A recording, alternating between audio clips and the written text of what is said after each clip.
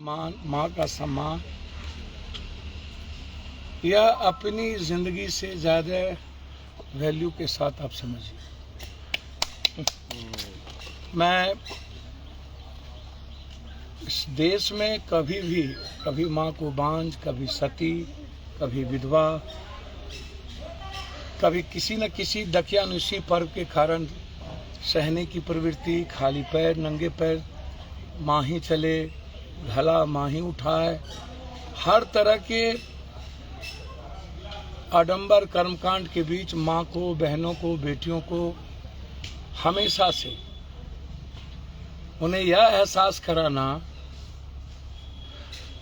कि पुरुष प्रधान है, माँ और बेटियों का कर्तव्य ही सिर्फ इतना ही रह गया। फिर जिस तरीके से भ्रूण हत्या और दहेज के लोभियों के द्वारा जलाना और पूरी दुनिया में सबसे ज्यादा पॉर्न देखने वाला देश बन गया, और उसमें भी बिहार सबसे ज्यादा पॉर्न और कोरैक्स ड्रग्स जैसी चीजों को लेकर अपने दियाद में भी बेटियों का सम्मान न करते हुए नजरिया बदल लेना, पड़ोसी की बेटी को, बहन को अपनी बेटी बहन नहीं मानना, और लगातार बलात्कार की घटना, मानव तस्करी, बेटियों का, जैसे मुजफ्फरपुर में लगभग इस बीच में 40 बेटियों का गायब होना, लगभग 700-800 बेटी 3 महीने में गायब है। मैं इसको क्या मानूं? क्या ये रक्षाबंधन के त्योहार को हम हृदय से करते हैं? मेरी घर की बेटी बेटी, मेरी बहन बहन, पड़ोसी की बहन को हमें कठोर कानून के साथ साथ सामाजिक चीजों को समझना पड़ेगा। समाज में हमें एक वातावरण बनाना पड़ेगा बेटियों के सम्मान के लिए। रक्षाबंधन की पवित्रता तभी बचेगी जब हम इस देश के निर्भया के पहले, निर्भया के बाद आज तक लाखों करोड़ों बेटियों का अपमान और लगातार सामाजिक और पारिवारिक कारणों से बलि चढ़ना, या कहीं से भी हम इसको पवित्र त्योहार, मणिपुर की घटना के बाद समाज की विकृत मानसिकता हमें यह मजबूर करता है कि क्या हम सही माने में हृदय से, सत्कर्म से बहनों का सम्मान कर रहे हैं। एक दूसरा चीज जो मैंने कहा कि आज 8वां स्थापना दिवस अन्य पार्टियों की तरह नहीं, जन अधिकार पार्टी। तो पहले मैंने बहुत बड़ी भूल की कि पहले ही भासुलोपा से लेके परसप्पा और सपा का विलय, यह मेरे जीवन की सबसे बड़ी भूल थी। 8 साल कभी 1.5%, कभी 2.25% वोट लाकर हम अपनी मुकाम की ओर नहीं पहुंच पाए, लेकिन बड़े और छोटे दलों के बीच सबसे ज्यादा 13.5 करोड़ लोगों के आवाज,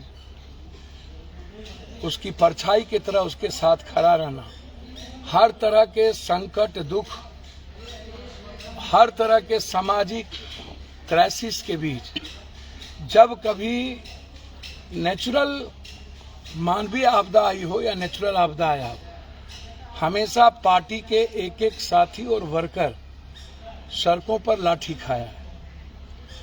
पान न पान की डंडी की तरह हर लोगों की सेवा करने का प्रयास हमारे साथियों ने किया है।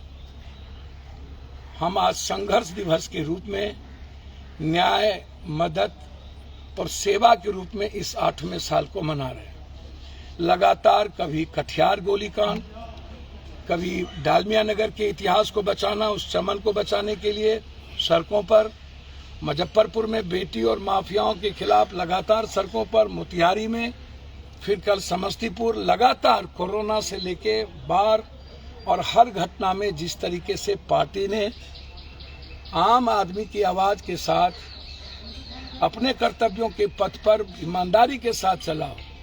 भले हम इलेक्टोरल पॉलिटिक्स में हिस्सा लेने के बावजूद जाति, धर्म, मजहब के बीच में हम नहीं अपने को उस मुकाम पर ले आ पाए हैं, लेकिन सत्य का में देर होती है, अंधेर नहीं होता। और बहुत मजबूती के साथ, बहुत संकल्प के साथ हम आगे बढ़ रहे हैं। 24, 25, 29 निश्चित रूप से बिहार के बारे में जो आम आदमी की सोच है कि बिहार भारत का नंबर 1 कैसे होगा, Bihar education, health, work, justice, ये जो सोच है कि सबको समान एजुकेशन और स्वास्थ्य की और मजबूती के साथ काम करने की, जस्टिस की, और आम आदमी पर नफरत का आधार ना हो, उस पर हम संकल्पित हैं। सेवा और संघर्ष, मदद, इंसानियत, बिना किसी जाति धर्म के हमारी पार्टी कंप्लीट रूप से हर साथी नीचे से ऊपर तक, पार्टी के सभी नेताओं ने जिस निष्ठा के साथ पदाधिकारियों ने काम किया है उसको मैं आज बधाई देता हूं। और बिहार की जनता ने हमेशा संघर्ष और सेवा के रूप में पप्पू यादव को पुत्रवत चुना है। यह मेरा सौभाग्य है, मेरे पार्टी का सौभाग्य है। हमें गर्व है अपने कार्यों पर, अपने साथियों पर और बिहार की जनता पर कि हमें 8वां स्थापना दिवस को सेवा, संघर्ष और न्याय के लिए ऊर्जा से आशीर्वाद दिया है। बहुत बहुत धन्यवाद।